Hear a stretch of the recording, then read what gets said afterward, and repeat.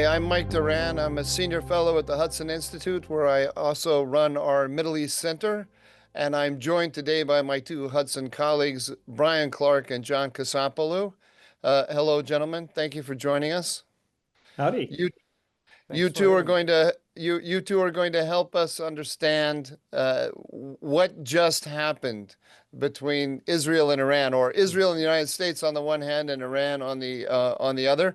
It seems to me like this 12 days war, as it's being called, was a very significant military event, and I want to turn to you guys. You are my favorite military analysts to explain to me what it means for the balance of power in the Middle East, but also what it means for the balance of power globally.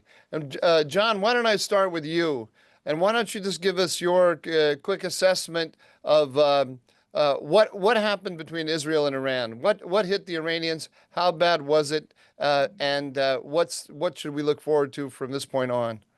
Let's have a political military approach to this question. I think the thing that happened with most significant implications is not military, it is political, because for decades, actually, you would know this better than we do because we follow mostly military developments, but you are hearing more policy issues.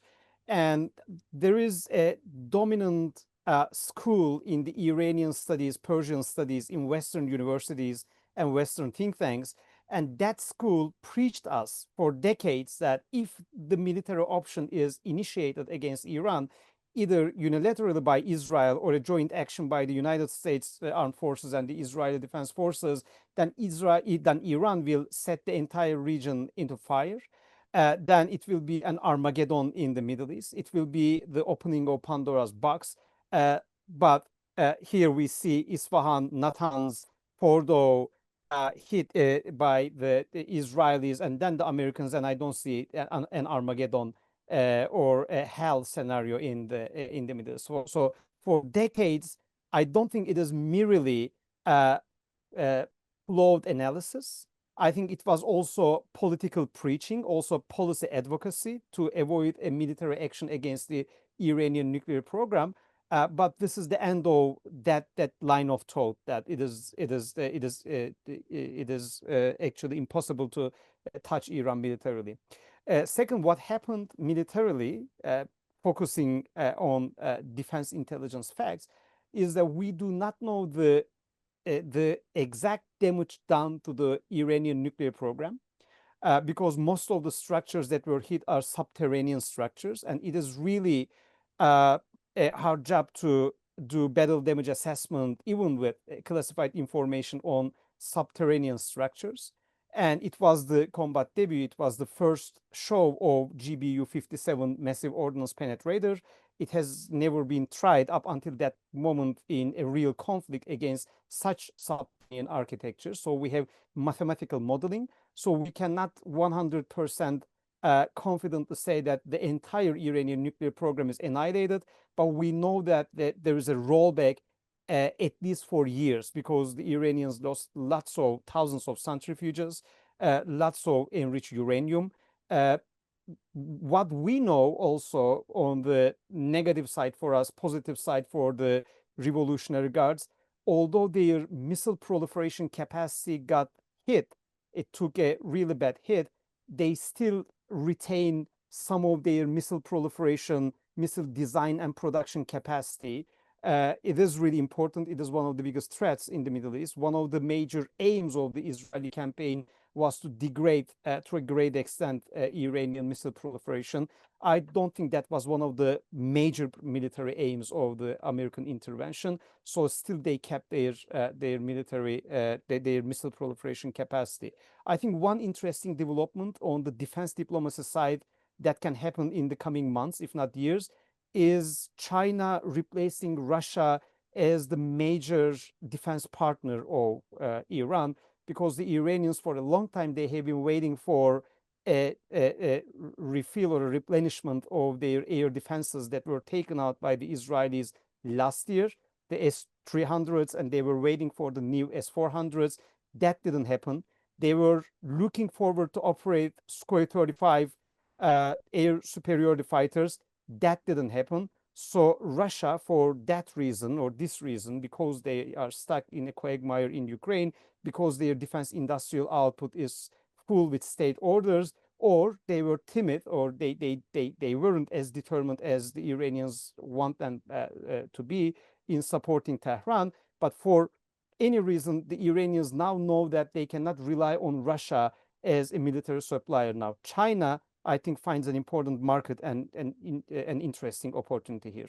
So I think this is more or less the scope of what happened.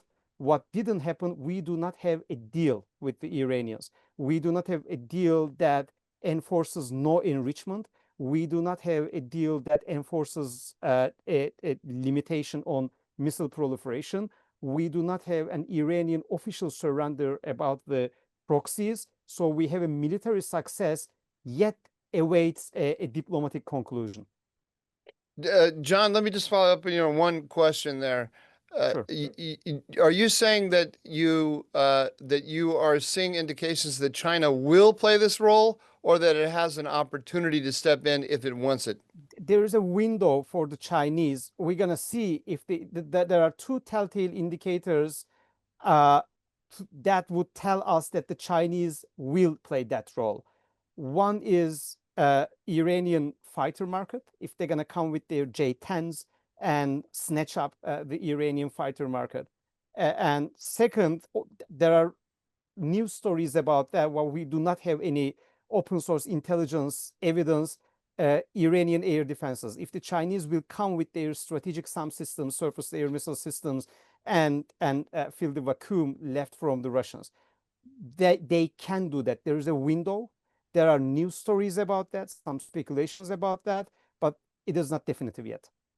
Okay, Bryan, if I may, I'd like to continue on that point.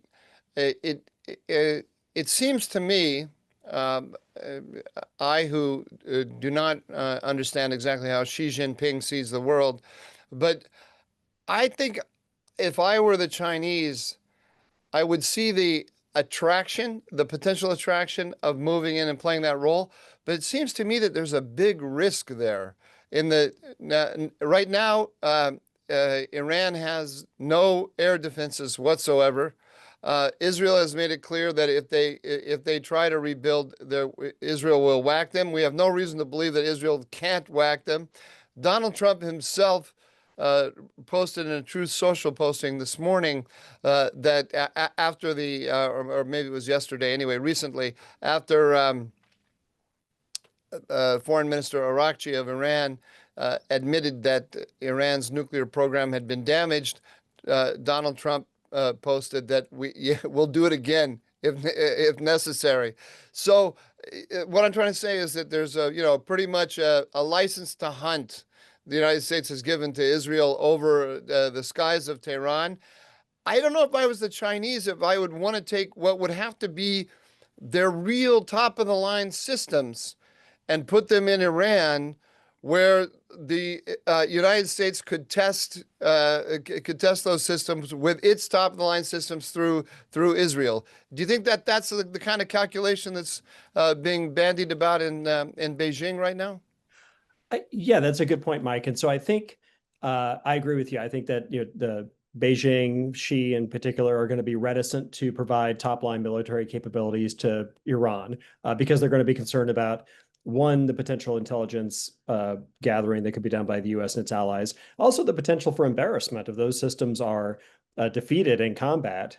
You saw how with India and Pakistan, the Chinese were crowing about the fact that the J-10 appeared to perform well and that they had benefited from Chinese technology in air combat. So if they were to turn around and sell air defense systems to the Iranians or fighters, that they take the risk that they don't operate them very well, and as a result end up failing, or they have to put Chinese troops on the ground to operate them, which opens up a whole new set of risks for Chinese to get embroiled in some failed effort by Iran to try to retaliate basically against Israel and the U.S. So I don't think they want to get involved in this confrontation and in this back and forth between Israel and Iran.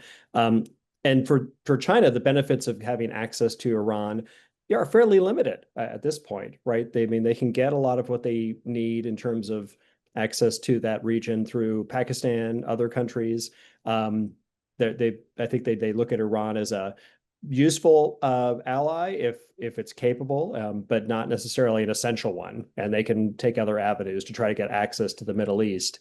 And we'll pursue those, I'm sure, probably before they pursue Iran more. On the other hand, they can't. Bryan, I'm sticking with you here on this.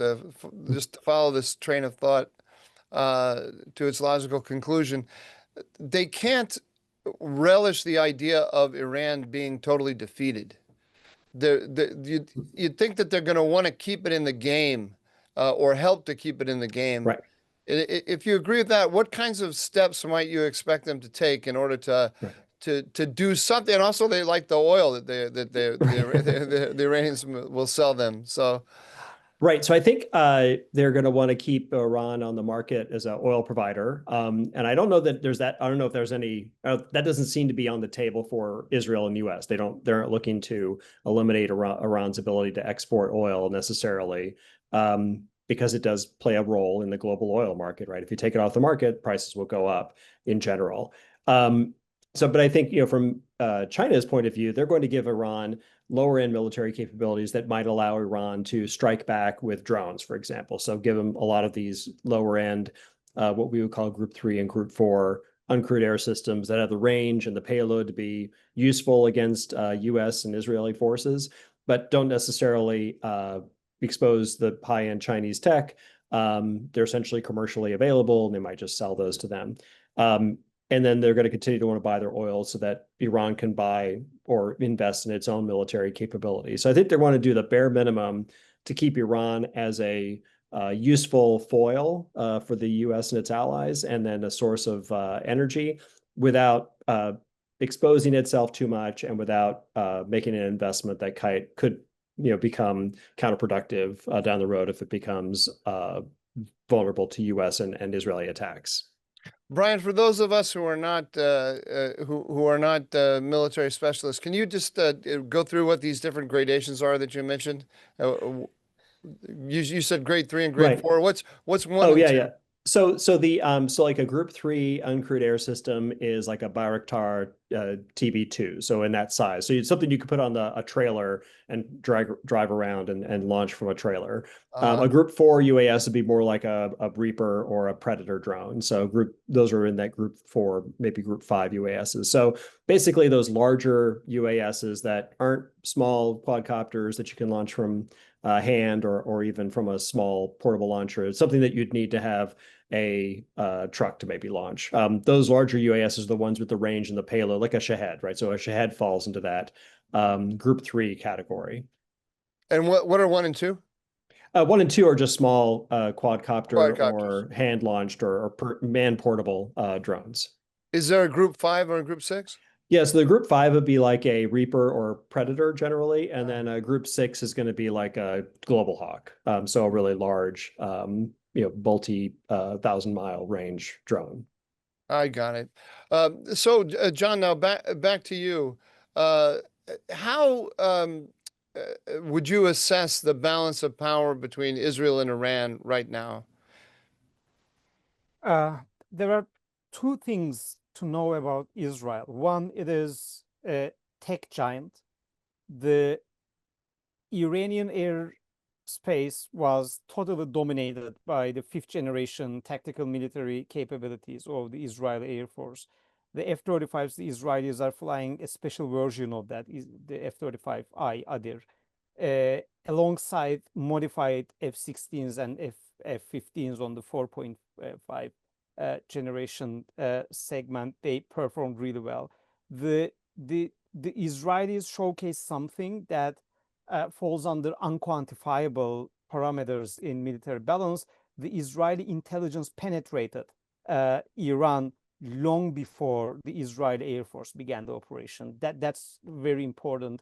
That's also, I think, making the Islamic Republic and the elite in the Islamic Republic really anxious about the level of penetration, because based on divisions, brigades, squadrons, fleets, navies, with Bryan, we can do a force-on-force ratio mathematical calculus, but there are unquantifiables. And if there is a large extent, a great degree of intelligence penetration or subversion inside a country, inside a target country, then it's a major factor, major X factor.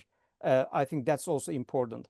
The Israeli Air Force showcased its capabilities to operate freely over the Iranian skies, but also the American involvement showcased the limitations of the Israelis when it comes to taking out a hardened and very deeply built facility like Fordo.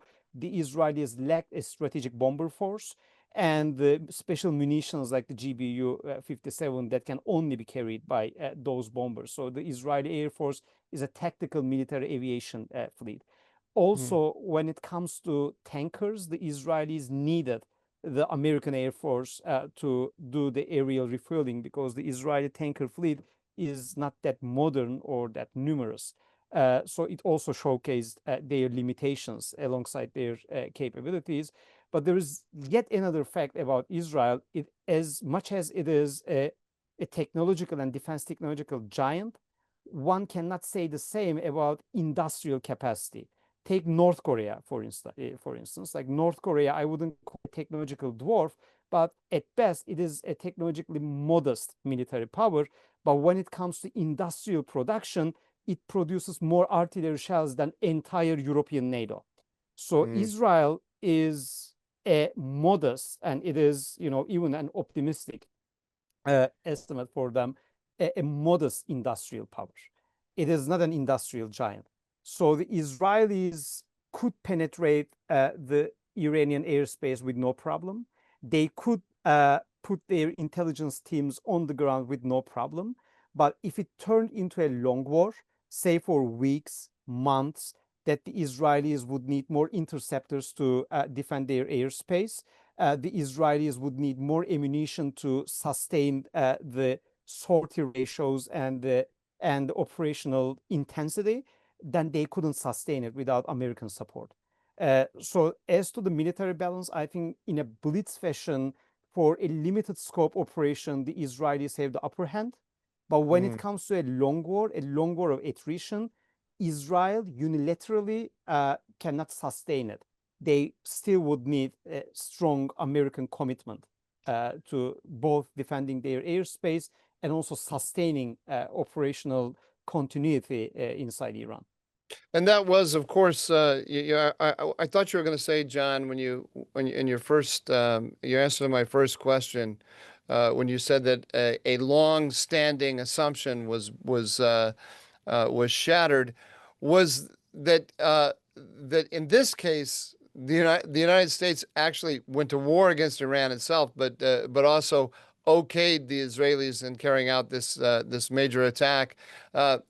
All the Iranian generals were caught in their beds because I think that they had not seen an America that behaved this way. And their assumption was that America would be restraining Israel. It's not, so we've broken from that pattern. It can no longer be assumed that, I mean, I think the Iranian strategy up till now was based on the fact that America would restrain Israel. That's not there anymore. But you're saying it could come back. Is that the? Definitely, but it is like we have seen many, unimaginables and unthinkables now in rubbish, like both on the positive side and the negative side. For instance, like you were part of the White House team during the second Bush administration. Could you imagine an Iranian supported group like Houthis targeting data from Chinese satellite companies like Changguang that is in direct relation with the Chinese Communist Party, attacking the American Navy in the Middle East and getting away with that? Could you imagine? For instance, during the second Bush administration, the Iranians targeting Israel 2 times? Nevatim base, for instance, like hitting one of the state-of-the-art American weaponry on an Israeli base. Like Nevatim base is the home to Israel's F-35 fleet. Could you imagine that? Yes, there were myths and unimaginables, unthinkables, like in an Israeli unilateral action on Iran, like Americans getting involved. But also on the other hand, there are also some myths and unthinkables, like an Iranian direct action against American bases, an Iranian direct action against Israel, and a Chinese satellite company supported Iranian proxy action against American Navy. So Right. I think we cannot be that, conclusive about the military balance in the Middle East. There is no clear winner. I think there is a strategic ambiguity right now that all the actors are trying to find the limits of their freedom of movement. Oh, that's interesting.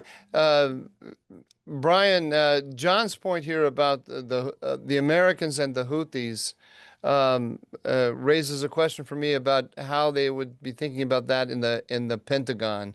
Do you have any insight into what the calculations were about starting this conflict with the Houthis, and then just before Donald Trump went to the Gulf, we cut a ceasefire with them, which they used to basically make fun of us. I mean, I have to say that I was very surprised by that, and I was wondering how Pentagon planners are thinking about it. Well, I think the Pentagon planners were frustrated that until recently, they hadn't had the ability to attack the Houthis at their sources, at the sources of supply, at the supply chains that have been coming from Iran. And so that had been the case, as you know, for a long time. We've just been sort of playing catch and getting shot at and using our missile defenses to protect ourselves, but not really going after the true sources of these weapons. That's changed. And I think that Meaning, they were... sorry to interrupt, but meaning the Iranians.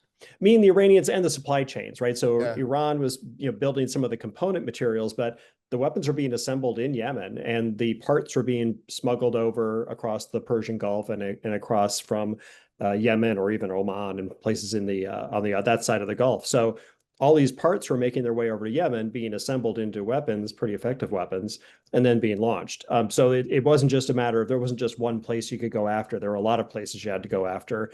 And that was something that the previous administration had been reticent to do. So the gloves came off a little bit with the current administration. So planners were encouraged and were happy about the fact that they might actually start to degrade the threat. And then the ceasefire, I think, was a little bit frustrating for them to say, okay, well, we would have preferred the ability just to continue to erode this threat until it was more or less gone, because what we've done now is giving them time to basically reinforce themselves and rearm and reconstitute. So now they can come back with the same kind of threat later on. If you're sitting in the Pentagon leadership now, Bryan, and looking at what just happened between Israel and Iran, how are you reading it? Are you reading it as a great benefit to us, a distraction from what should be our focus, which is in East Asia? I think I think they definitely see it as a benefit. You see, okay, Israel was able to take Iran off the table as a potential threat, leave it basically defenseless, as you said. Israel is more than capable of going back in and attacking Iran again if it begins to reconstitute some of these strike capabilities. The nuclear program is set back to some degree, and the U.S. can always go back in and do some more work against that using large bombers and heavy ordnance penetrators. So I think this has been definitely to the U.S. benefit. And it does allow the U.S. to start pivoting its focus to the Indo-Pacific a little bit more. The only question is, what happens with the Houthis? And are they able to reconstitute this missile threat to the Red Sea? And are we forced to keep units there in order to do missile defense? I think that's the only outstanding question is Iran still going to be able to, through subterfuge and smuggling and et cetera, be able to get the parts that the Houthis need to them so that they can continue to mount this kind of threat that just pins down forces that the U.S. could better use elsewhere? So if you're sitting in Beijing, Bryan, I want to stick with you on this. If you're sitting in Beijing and watching this, then is one of your strategic goals to make sure the Houthis stay in the fight in order to pin down those American forces? Absolutely. I think the other thing in Beijing, so one of the, stepping back to some of the broader takeaways from the conflict, the one takeaway was missile defenses work, which seems maybe to the outside seems like, okay, well, they should have worked. Well, within the military, there was always a question about, do the missile defense systems we have actually work in a combat environment against a thinking adversary? Because they just never have been tested in combat. If you think, during the Cold War, we never mounted a big air defense operation. We haven't really had one since then. So this is the first time we've really stressed our missile defense systems, and the fact that they worked was had kind of a big sigh of relief within the Pentagon. The other part was suppression of air defenses works. And again, the electronic warfare, stealth aircraft, anti-radiation weapons, we've had those obviously for a while. They've used them a little bit like in Kosovo, but we really never saw them used at scale against higher end missile defense systems, air defense systems like the Iranians had. They had relatively capable systems, and the Israelis made short work of them. So those two ideas are really important right now, because over in China, they're thinking, okay, well, we depend on our air defenses to keep the US at bay. If suppression of enemy air defenses is a lot more capable than we anticipated, we might be more vulnerable than we thought. Maybe we need to double down our investment on air defenses, because we're a continental power trying to fight from home. So we can't afford to have folks attacking us without much resistance. So there's concern, I think, in Beijing that they need to rethink some of the calculations they made regarding their ability to fight from home with impunity. So they definitely want to keep U.S. forces pinned down in the Middle East to reduce the capacity that's out there, plying the oceans in the Western Pacific. But also now they're having to rethink, okay, do we need to reevaluate how we go about this, what they would call reconnaissance fires complex that they've developed to try to prevent intervention by U.S. forces in a Taiwan contingency. Sorry, just help us understand the last concept, reconnaissance fires. Right. So the way the Chinese view their primary way of keeping other folks out of an invasion of Taiwan is by using long-range sensors, space-based sensors, combined with long-range precision weapons, missiles. So they would try to do kind of what Iran had been trying to do, but with more sophisticated systems. And they just looked at what happened to Iran, and it's like, okay, well, it looks like the ability of foreign enemy militaries to suppress, defeat air defenses is maybe more than we anticipated. That seems to be a more capable approach than we thought. And it might leave us vulnerable in ways that are not dissimilar from what we saw in Iran. So now Chinese military leaders have to think, how do we redouble our efforts on air defense so that we can protect these long-range missile launchers that we depend on to be the main source of fires against U.S. forces that might be coming to the aid of Taiwan. John, on that note, one of the things that the Israelis are, I think, proud of was their ability to suppress. They couldn't eliminate it, but they suppressed a lot of launches. And they hit a lot of launchers, I think, either while they were about to shoot, or right after they shot. How important was that in the war, do you think? And is that a major lesson that anyone else is going to draw from this? It is a major lesson that we shouldn't underestimate or overestimate. And this is not a political answer. I'm going to explain you why. So you said one thing which is very important, like launchers and hitting launchers during actually these are transporter erector launchers. So they literally transport and then erect for preparation to launch, and they launch missiles. The Iranians hit Israel last year 2 times, April 2024 and October 2024. We didn't see in either of these engagements the Israeli Air Force taking it to the Iranian skies and do preventive job to hit transporter erector launchers before and during the launch. This time it was really impressive to see it was not only before the launch. We have open source defense intelligence visuals, actually drone footage, that showed the Israelis were hitting these transporter erector launchers when they were actually firing the missiles onto the Israeli proper. That kind of ISTAR, that kind of intelligence, surveillance, target acquisition, and reconnaissance, that real time, and by real time we mean like seconds, not even minutes, during the launch. That is really impressive.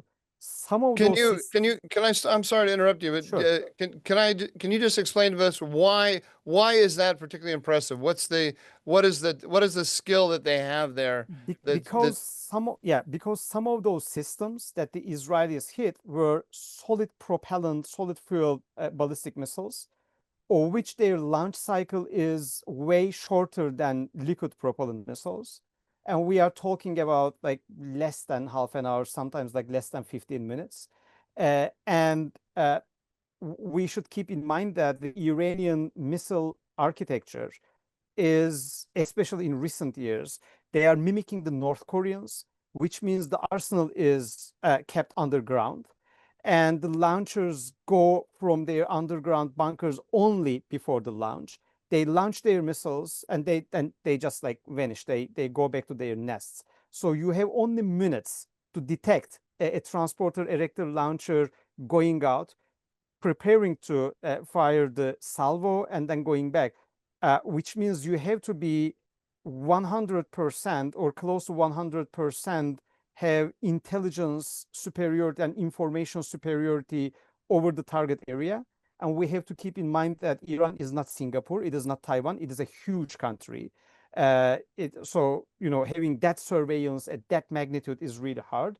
And also something Bryan said, like the link between reconnaissance and the kinetic impact, the strike, and doing this in a very complicated battle picture, where the missiles are being fired, you have intelligence teams on the ground, perhaps close to those missiles, you have tactical aircraft in the air, and coordinating all this is really impressive. This is something we shouldn't underestimate.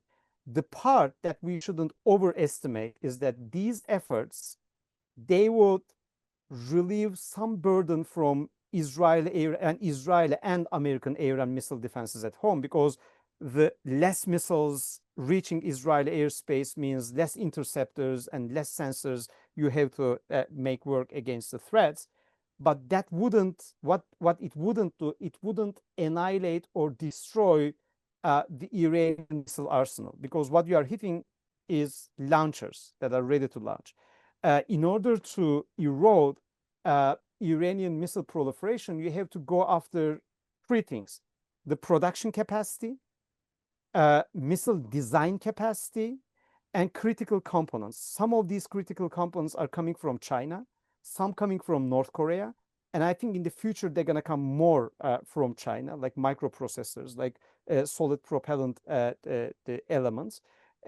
And while this is the Israeli success is a tactical and operational success, there is a long way to go in this at the strategic level to annihilate, to degrade significantly Iranian missile proliferation. The Israelis are saying, though, John, that they have taken the production offline now. The entire missile proliferation? That's what I understood. Does that sound wrong to you?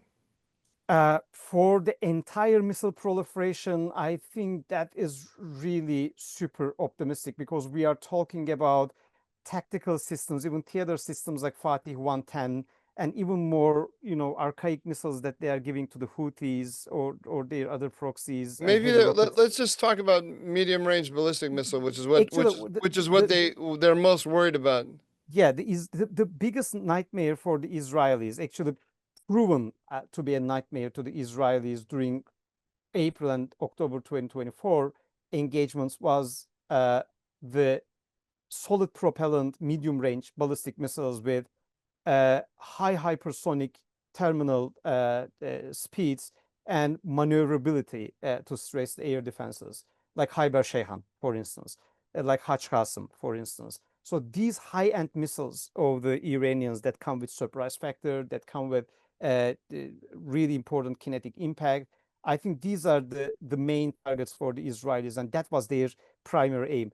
It is possible that they disrupted. So just to use the right military intelligence reporting language, if Bryan agrees, it is possible that they significantly disrupted the production line. It is possible, but I do not see any conclusive evidence suggesting that the arsenal is totally annihilated. And I don't see any strong evidence suggesting that the Iranians cannot pick up where they left off. It Oh is no, not like yeah, centrifuges. I'm sorry if I misspoke. I don't think they're saying they took out the entire arsenal, because I think a lot of the arsenal is underground. I was saying they took out the production capacity. I think the right word here, would be disrupted. They disrupted the production capacity to a great extent. Okay. Okay. Bryan, I talked to a senior Israeli source, military source recently. And this is about a week and a half ago. And I asked him, how is the Ayatollah Khamenei understanding the problem that he has, and the severity of the damage? And he said he doesn't. The answer was he does not understand it, because everyone is lying to him.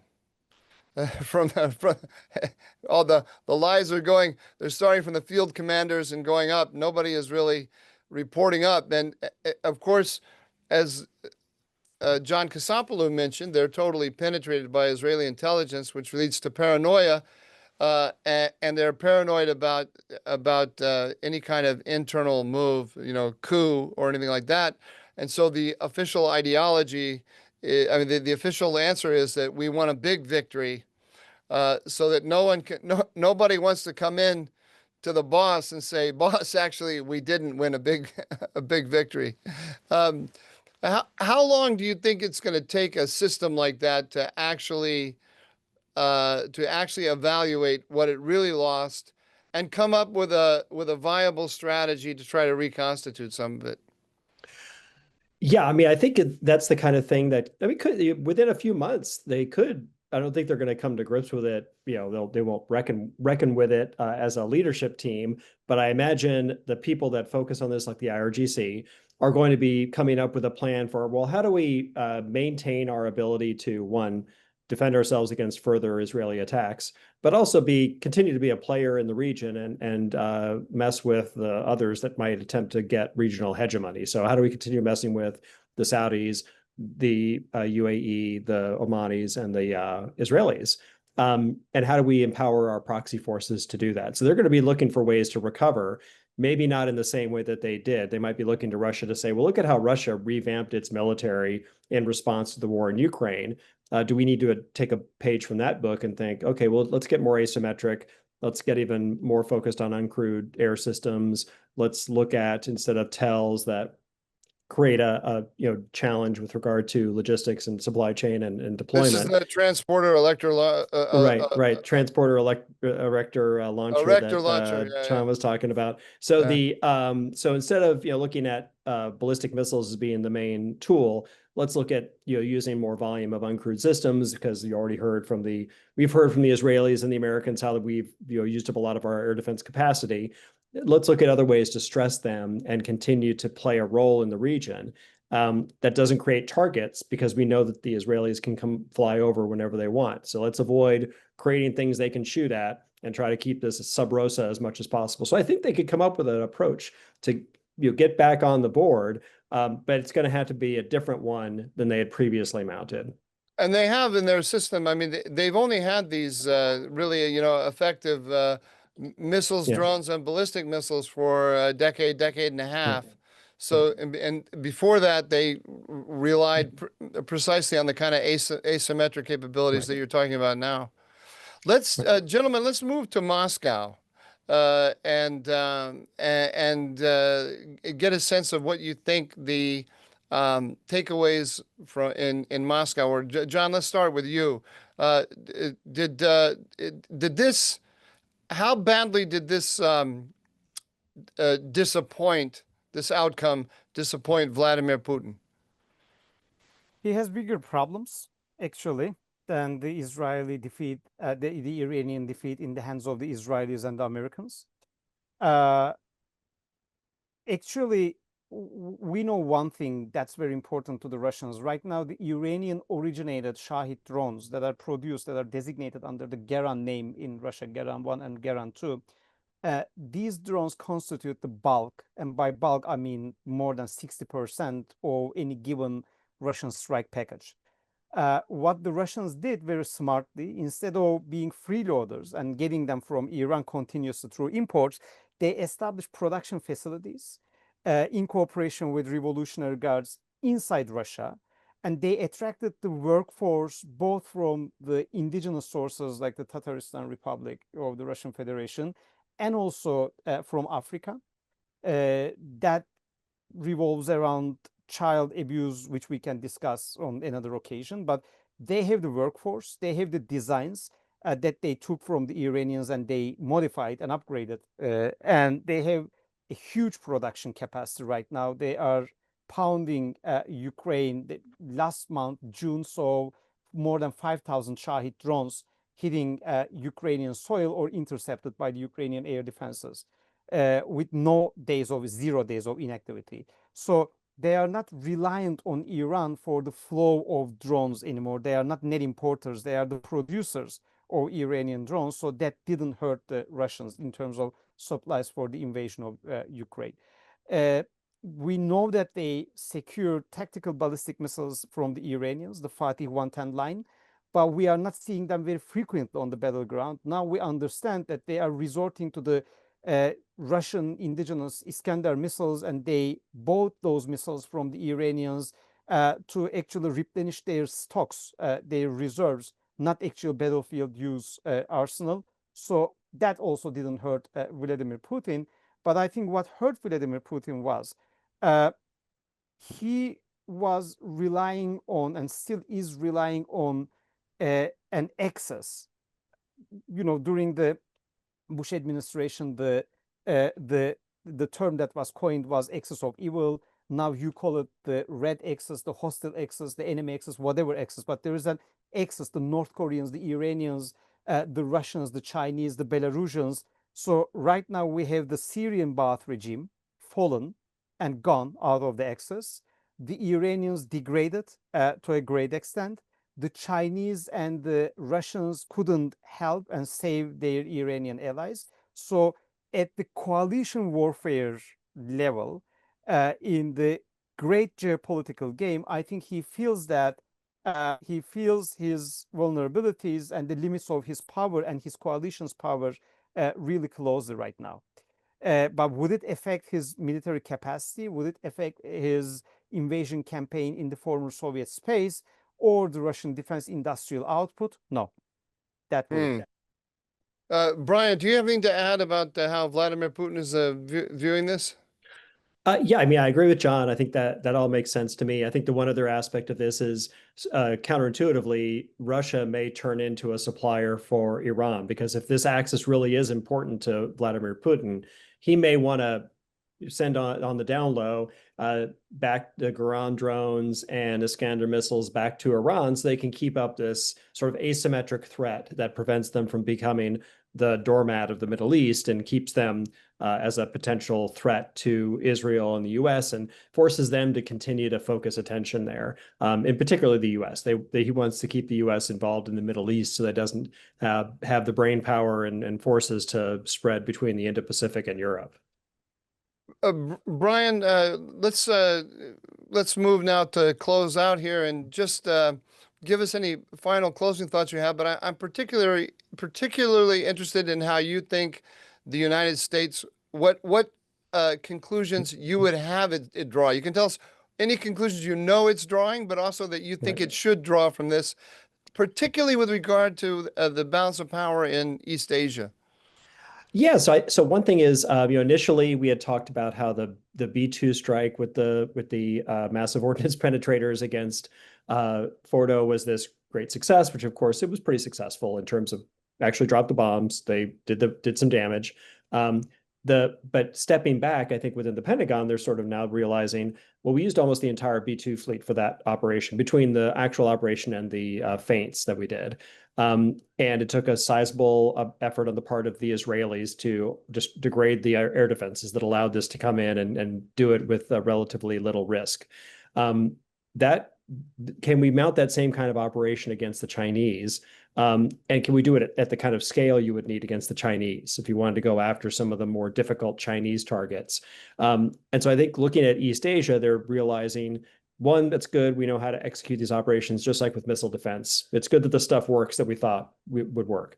But on the downside, we're realizing, okay, these kind of operations don't scale because we built them for an environment like the Middle East where it was relatively permissive. There weren't a whole lot of threats happening at simultaneously. So now they're in the Pentagon, they're having to rethink, okay, how do we do these kinds of operations at a scale that's sustainable and can adapt to an adversary like a China who isn't going to give us just one shot and then it's over. They're going to require us to go back again and again and probably do it differently each time. So I think that's one of the big takeaways for the Pentagon is our stuff works, but we need to think about how do we do it differently in an environment against a China. Wow, that's really interesting. When you say do it differently, Right. what kind of ideas are floating around about how one would do it differently? Right. So against Iran, we did a fairly straightforward. We're going to go in, suppress the air defenses, strike the targets, blow stuff up, come home. Against China, you might have to combine this with cyber and electronic warfare operations that are going after the target itself, and you might have to use cyber penetration to understand exactly where you should hit the target and be able to get the battle damage assessment of whether it's working or not.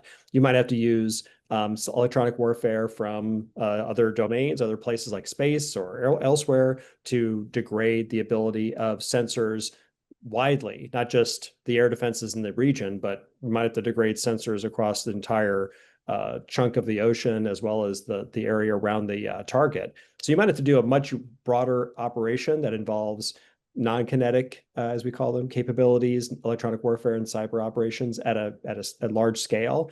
And you might have to think of new ways to defend your forces when they're doing that, because traditional air defenses like we had in the Middle East aren't going to hold up against the Chinese missile capacity. So we need to think about how do we do missile defense in a world where China can launch thousands of weapons at us within 1,000 miles of Chinese coastline, which means they're going to think about things like directed energy, or more passive defenses, meaning more hardening, more burying of our own systems, and then new air defense technologies that probably just use guns or things that are cheaper to shoot at incoming weapons. And when you think of transitioning to things like directed energy and guns, that means you're doing air defense at shorter ranges than we like to do.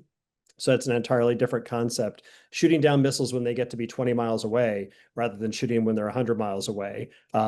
It makes it very different on the part of obviously the operator, and then how your force is deployed. So it's just a very different approach they might have to take to deal with the scale of the threat that China poses, and also the level of defenses that China is able to put in place to protect its own highly valuable targets. Bryan, there were a lot of voices coming out. Well, I don't want to say coming out of the Pentagon. Let's say Pentagon adjacent voices, who were highly critical of the idea of Israel, of the United States joining in this conflict with Israel, and that they, as Can Kasapoğlu told us here, they were saying gloom and doom. We're going to have thousands of Americans are going to die, and the Strait of Hormuz is going to be closed, and all these things that didn't come true. Is there anyone of significance who's either in the Pentagon or Pentagon adjacent that's looking at what just happened and saying, "Oh, this was a terrible mistake. We shouldn't have done it, and we're weaker, or at least we wasted time and material on this"? No, I think they're all sort of saying, well, this was good as a demonstration to both ourselves and to China that we can execute these operations. The things we threaten to do or imply we can do are we can actually do. So air defense, defeating air defenses, attacking targets with penetrating bombers. Those are all things that have been in the U.S. kit bag for a while, but haven't really been employed against a relatively capable adversary. So I think that's all to the good. And I think in the Pentagon, they're saying that was valuable to do, but they're drawing lessons from it to say, we need to think about how we're going to do it now against a country like China, if this was such a heavy lift for us against Iran. All right. So Can Kasapoğlu, you get the honor of taking us home now. What final thoughts do you have for us? Actually, two final thoughts. I completely agree with Brian's assessment of how this was viewed in the Pentagon as to a possible, engagement scenario against the Chinese, and how this is viewed in Beijing. But I think there is also one thing that we have to take into consideration from the Chinese side. During the first 24 hours of the Israeli campaign, the Israeli penetration into the Iranian security apparatus and military infrastructure was so deep and so immense that some of the air defenses were hit by anti-tank missiles with only a few kilometers of range, like spike missiles, even like inside Iran.